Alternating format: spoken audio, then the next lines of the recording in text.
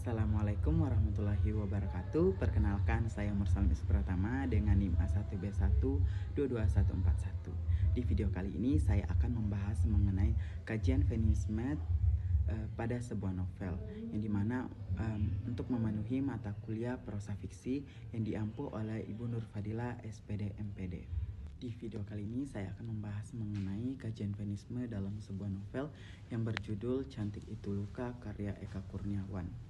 Penerbit PT Gramedia Pustaka Utama, tahun terbit 2002.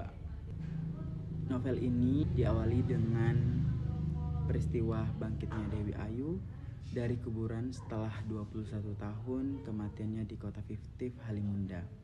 Kebangkitannya membuka kembali kisah hidupnya yang penuh luka. Dewi Ayu adalah seorang perempuan cantik keturunan Belanda Indonesia yang hidup pada masa kolonial hingga pasca kemerdekaan.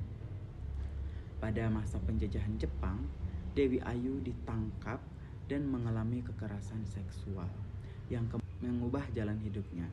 Setelah ia bebas, ia memilih menjadi seorang pelacur sebagai bentuk penguasaan atas tubuhnya sendiri. Meskipun pilihan itu justru membuatnya semakin terjebak dalam penderitaan. Dari berbagai hubungan tersebut, Dewi Ayu melahirkan 4 anak perempuan yang bernama Almanda, Adinda, Maya Dewi, dan anak bungsunya yang justru diberi nama Cantik meskipun ia terlahir buruk rupa.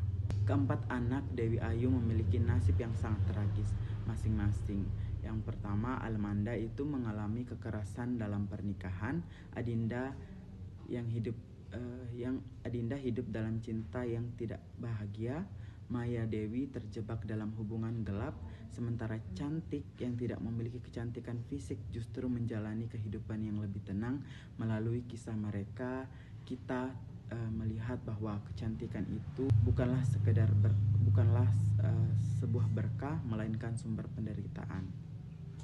Cerita ini dipenuhi konflik politik, dendam dan pembunuhan, dan ketakutan yang diwariskan lintas generasi.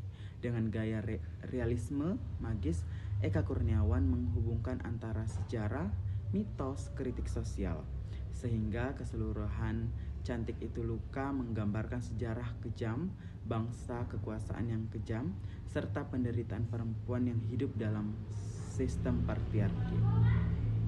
Dalam novel ini, kajian feminisme merupakan kajian yang sangat cocok untuk menganalisis novel ini, karena pendekatan feminisme ini dalam novel ini menampilkan kehidupan seorang perempuan yang mengalami penindasan dalam sistem sosial patriarkal. Tokoh utamanya adalah seorang perempuan, yaitu Dewi Ayu, menjadi pusat cerita yang menggambarkan sosok yang harus menghadapi kekerasan dan eksploitasi serta ketidakadilan akibat posisinya sebagai perempuan. Dalam novel ini juga tubuh dan kecantikan perempuan sering dijadikan alat kekuasaan. Dewi Ayu dan tokoh perempuan lainnya mengalami kekerasan seksual dan dipandang sebagai objek, bukan sebagai manusia yang memiliki hak dan kehendak. Hal ini menunjukkan bagaimana perempuan ditempatkan pada posisi yang sangat lemah dan tidak memiliki kuasa atas tubuh serta kehidupannya sendiri. Perspektif feminisme membantu mengungkapkan bentuk-bentuk penindasan tersebut. Selain itu, kecantikan dalam novel Cantik Itu Luka justru menggambarkan sebagai sumber penderitaan. Kecantikan membawa luka, bukan membawa kebahagiaan. Penggambaran ini merupakan kritik terhadap pandangan masyarakat yang menilai perempuan hanya dari fisiknya. Melalui pendekatan feminisme, novel ini dapat dibaca sebagai kritik yang konstruksi sosial yang merugikan perempuan. Meskipun mengalami penindasan, tokoh-tokoh perempuan dalam novel ini tetap menunjukkan sikap bertahan dan melawan. Dewi Ayu digambarkan sebagai perempuan yang kuat dan berani dan tidak sepenuhnya tunduk pada norma patriarkal. Oleh karena itu, cantik itu luka itu relevan dikaji dengan pendekatan feminisme karena mengangkat pengalaman, penderitaan, dan perjuangan seorang perempuan dalam menghadapi ketidakadilan gender.